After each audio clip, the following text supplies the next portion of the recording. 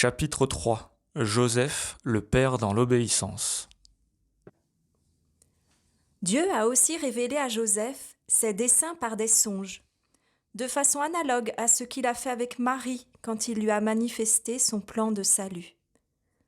Dans la Bible, comme chez tous les peuples antiques, les songes étaient considérés comme un des moyens par lesquels Dieu manifeste sa volonté. Joseph est très préoccupé par la grossesse incompréhensible de Marie. Il ne veut pas l'accuser publiquement mais décide de la renvoyer en secret. Dans le premier songe, l'ange l'aide à résoudre son dilemme. Ne crains pas de prendre chez toi Marie, ton épouse, puisque l'enfant qui est engendré en elle vient de l'Esprit Saint. Elle enfantera un fils, et tu lui donneras le nom de Jésus, car c'est lui qui sauvera son peuple de ses péchés. Sa réponse est immédiate. Quand Joseph se réveilla, il fit ce que l'ange du Seigneur lui avait prescrit. Grâce à l'obéissance, il surmonte son drame et il sauve Marie.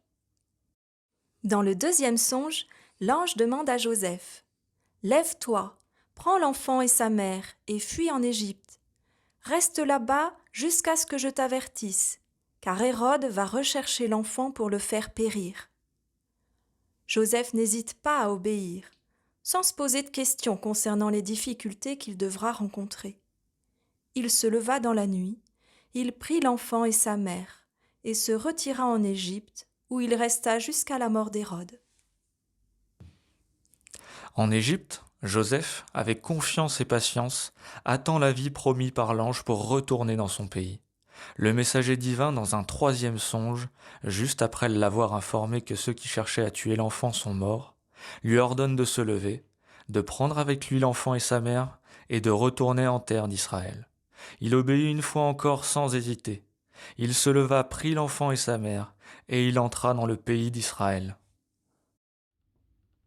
Mais durant le voyage de retour, apprenant qu'Archélaüs régnait sur la Judée à la place de son père Hérode, il eut peur de s'y rendre. Averti en songe, et c'est la 4e fois que cela arrive, il se retira dans la région de Galilée et vint habiter dans une ville appelée Nazareth. L'évangéliste Luc rapporte que Joseph a affronté le long et pénible voyage de Nazareth à Bethléem, pour se faire enregistrer dans sa ville d'origine, selon la loi de recensement de l'empereur César Auguste. Jésus est né dans cette circonstance. Il a été inscrit au registre de l'Empire comme tous les autres enfants. Saint Luc, en particulier, prend soin de souligner que les parents de Jésus observaient toutes les prescriptions de la loi, les rites de la circoncision de Jésus, de la purification de Marie après l'accouchement, de l'offrande du premier-né à Dieu. Dans chaque circonstance de sa vie, Joseph a su prononcer son fiat, tout comme Marie à l'Annonciation et comme Jésus à Gethsémani. Dans son rôle de chef de famille, Joseph a enseigné à Jésus à être soumis à ses parents selon le commandement de Dieu.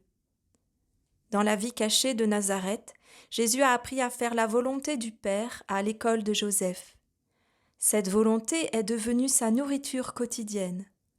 Même au moment le plus difficile de sa vie, à Gethsémani, il préfère accomplir la volonté du Père plutôt que la sienne, et il se fait obéissant jusqu'à la mort de la croix.